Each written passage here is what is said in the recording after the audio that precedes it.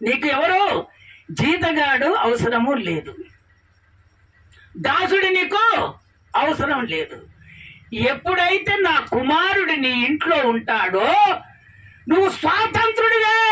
నీ అనారోగ్య విడుదల, నీ సమస్య తీరిపోతుంది, నీ అప్పుల బాధలు పోతున్నాయి, నువ్వు ఆశీర్వదించబడతావు.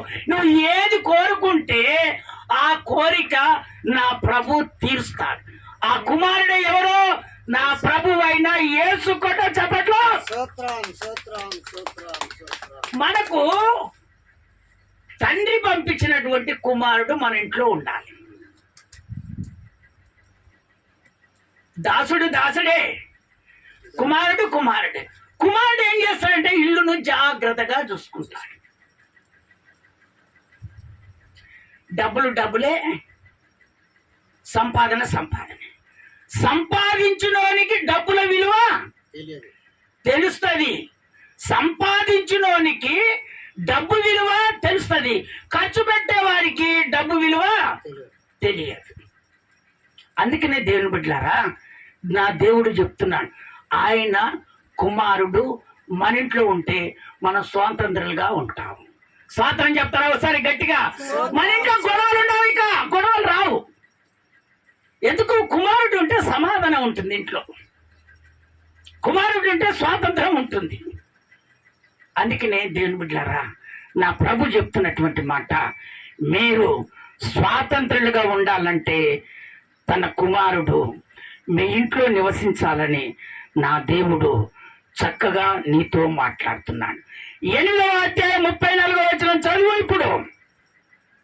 అందుకు యేసు పాపము చేయు ప్రతి వాడును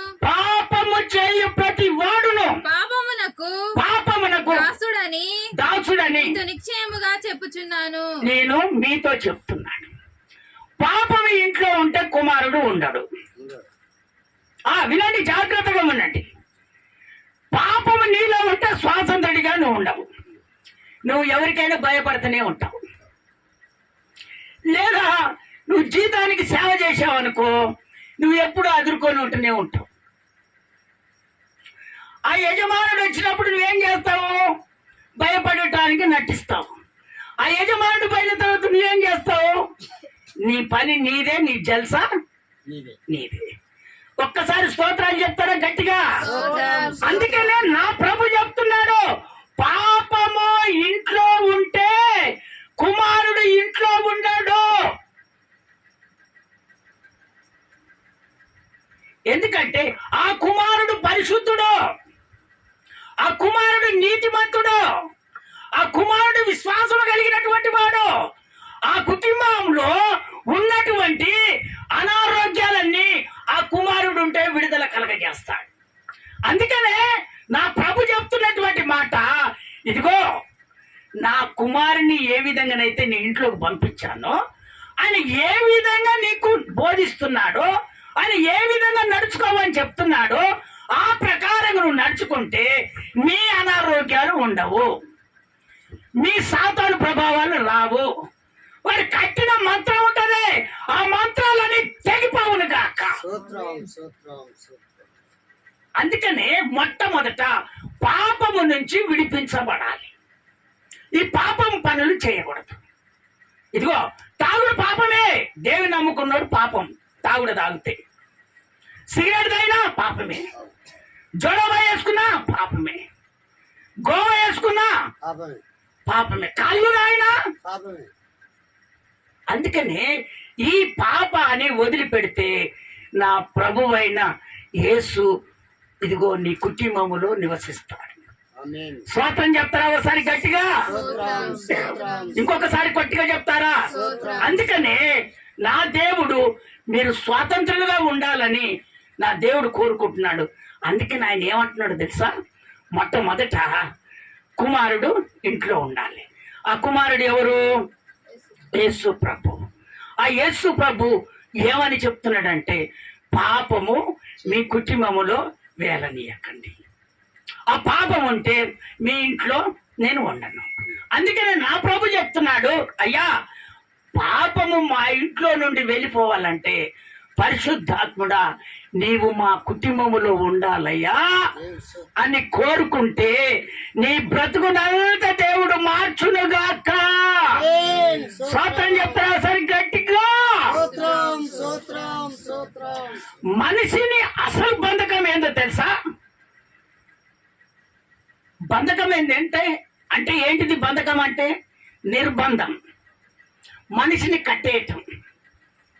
నిర్బంధం మనిషిని అసలు బంధనం ఏంటిదంటే ఇవి నిర్బంధించటం. నిర్బంధించి ద్వేషిస్తూ ఉంటారు. ఎవరు పట్టుకుంటారు ఇట్లా? నిర్బంధం ఎవరు చేస్తాడు? సాతానుడు చేస్తాడు, పెత్తందారులు చేస్తారు, డబ్బులున్నోడు చేస్తాడు. ఆత్మీయ జీవితాన్ని పడగొట్టాలంటే వాడు ఏం చేస్తాడు? డబ్బుతో. స్వాతంత్రం చెప్పలేదు ఒకసారి గట్టిగా? నీ ఆత్మీయ జీవితాన్ని బంధించాలంటే ఏంటిది? డబ్బు. ఆ డబ్బుతో నేను బంధిస్తాను అంటాడు. అందుకని నా ప్రభు చెప్తున్నాడు, డబ్బుకు లోబడకూడదు, నీ ఆత్మీయ జీవితాన్ని పాడు చేసుకోకూడదు. ఎందుకంటే కుమారుడు నీ ఇంట్లో నుంచి బయటికి వెళ్ళిపోతాడు. ఆ డబ్బుకు ఆశపడి నువ్వు పాపం చేశావనుకో, ఆ డబ్బుకు ఆశపడి ఆత్మీయ జీవితం పోగొట్టుకున్నావు అనుకో, ఆ డబ్బుకు ఆశపడి నీ జీవితాన్ని మార్చుకున్నావు అనుకో, నా యేసయ్య తన కుమారుని ఇంట్లో ఉంచనే ఉంచడు. కుమారుడు ఇంట్లో లేకపోతే నీకు స్వాతంత్రం లేదు. అన్ని అనారోగ్యాలు వచ్చేస్తాయి. పాపము ఎక్కడ ఇరుకుంటుందో అప్పుడే నిర్బంధముగా నిలబడతారు. అందుకనే కొంతమంది ఏం చేస్తారంటే, ఒక మంచివాడిని వానిలో కలుపుకోవటానికి వాడు ఏం చేస్తాడంటే డబ్బు పెట్టుకుంటాడు. మన ఆశ ఏందో ఆ ఆశ చూస్తారు మొట్టమొదట. ఆశ చూసి ఇంకేది అవసరం దాన్ని బట్టి ఆయనకి నిర్బంధం చేస్తారు. ఇక అక్కడి నుంచి బయటికి వెళ్ళలేడు. నీ ఇంట్లో పని అయినా కానీ పోనీ మీ అమ్మ నాన్న రావన్నా, లేదా మీ భార్య నిన్ను రమ్మన్నా, నువ్వెక్కడ ఉన్నావు? ఇప్పుడు నిర్బంధంలో ఉన్నావు. ఈ నిర్బంధం ఎక్కడి నుంచి వచ్చింది? డబ్బుతో వచ్చింది. కనుక డబ్బు ఇచ్చినోడు ఏది చెబితే అది చేయాల్సి. బానిసగా మనోళ్ళంతా బ్రతికారు. అప్పుడు పోరాటాలు చేశారు, స్వాతంత్రాన్ని తీసుకొని వచ్చారు. నువ్వు స్వాతంత్రుడివే, కానీ నీ కుటుంబంలో పాపం వెళ్తుంది. ఈ పాపం నుంచి విడుదల పడితే నువ్వు కూడా స్వాతంత్రుడివే. ఒకవేళ పాపము నీ కుటుంబంలో ఉంటే నువ్వు నిర్బంధంలో ఇంకా ఉన్నట్టే. స్వాతంత్రం చెప్తారా ఒకసారి గట్టిగా? ఇంకొకసారి గట్టిగా చెప్తారా? దాన్ని ఏలని దేవుడు చెప్తున్నాడు. వీడు ఏం చేస్తాడంటే డబ్బుతో నీకు ఆశ చూపిస్తాడు. నువ్వు ఎండినైనా ఎండాలి, ఒకరోజు పస్తైన పండాలి, కానీ డబ్బు మీద ఆశపడి ఆ ఆశను చూసుకొని నీ ఆత్మీయ జీవితాన్ని పాడు చేసుకోకూడదని నా ప్రభు ఈరోజు నీతో హెచ్చరిస్తున్నాడు, నీతో మాట్లాడుతున్నాడు. స్వాతంత్రంగా ఉండాలని నా దేవుడు కోరుకుంటున్నాడు. ఒక్క హల్లెలూయా చెప్తారా గట్టిగా? చదువుతారా ఒక మాట? రామా పుస్తకం 6వ అధ్యాయం 20వ వచనం.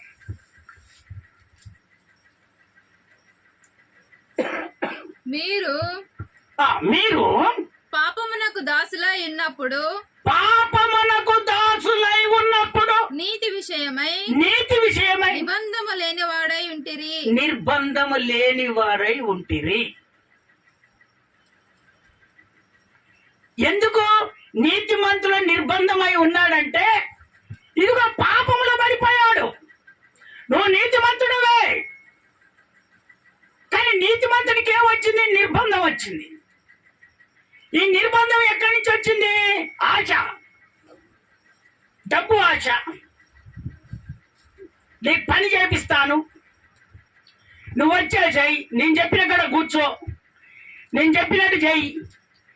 నీకు ఈ ఆశ చూపించేసి నిన్నేం చేస్తాడంటే నీతిమంతునిగా ఉన్నటువంటి నిన్ను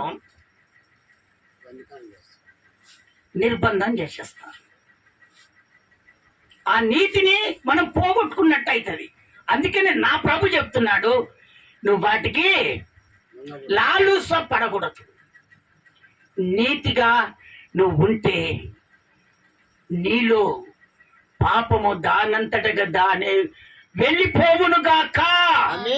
స్తోత్రం చెప్తారా ఒకసారి గట్టిగా? ఒక్క మాట. యెషయా పుస్తకము 59వ అధ్యాయము 2వ వచనం ఒక్క మాట చదవండి. నేను ముగించబోతున్నాను ఎందుకంటే టైం అయినట్టుంది. యెషయా పుస్తకం 59వ అధ్యాయము 2వ వచనం. నా నోరు నా నోరు వాడిగల ఖడ్గముగా ఆయన చేసి ఉన్నాడు. చేతి నీడలో తన చేతి నీడలో నన్ను దాచి ఉన్నాడు. నన్ను మెరుగుపెట్టిన అబ్బముగా చేసి తన అబులతు పొందిలో మూసిపెట్టి ఉన్నాడు. అవును. 59 2వ వచనం. 59 2వ వచనమే కదా? కాదు, 49 అన్నావు. నీ పాపములు ఇది నీ పాపములు ఆయన ముఖమును నీకు మరుగుపరుస్తాడు. ఇది మళ్ళీ రిపీట్ చేయి. ఇది మీ పాపములు. పాపం ఉంటేనంట, పాపము ఆయన ముఖమును ఎవరిది? కుమారుని ముఖము, యేసయ్య ముఖముని మీకు మరుగుపరచెను. ఆయన మరుగు చేసుకుంటాడు కనుక ఆయన ఆలకింపకున్నాడు. ఆయన నీ ప్రార్థన ఆలకింపడు. అర్థమవుతుందా? పాపం ఉంటే ఆయన ఏం చేస్తాడు? ముఖాన్ని చూపడు.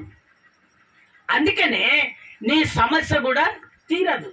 నువ్వు ఎంత కన్నీరు కాల్చి నువ్వు ప్రార్థన చేసినా కూడా ఆ ప్రార్థనకు జవాబు ఎందుకు రాదంటే నీ పాపం ఆయనకు తెలుసు. మనుషులకు మనకేం తెలుస్తుంది? అమ్మా, నన్ను దేవుడు సేవకునిగా నిలిపెట్టాడు. ఆయన ఏది చెప్తే అది నేను బోధిస్తున్నాను, మీరు వింటున్నారు, నేను బోధిస్తున్నాను. మరి చూసేది ఎవరు చూస్తున్నారు? ఒక్క హల్లెలూయా చెప్తారా గట్టిగా? ఇంకొకసారి గట్టిగా చెప్తారా?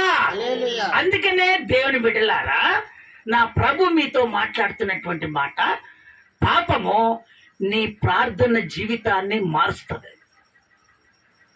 ఎంత ప్రార్థన చేసినా కూడా నీ ప్రార్థనకు జవాబు అసలు రాదు.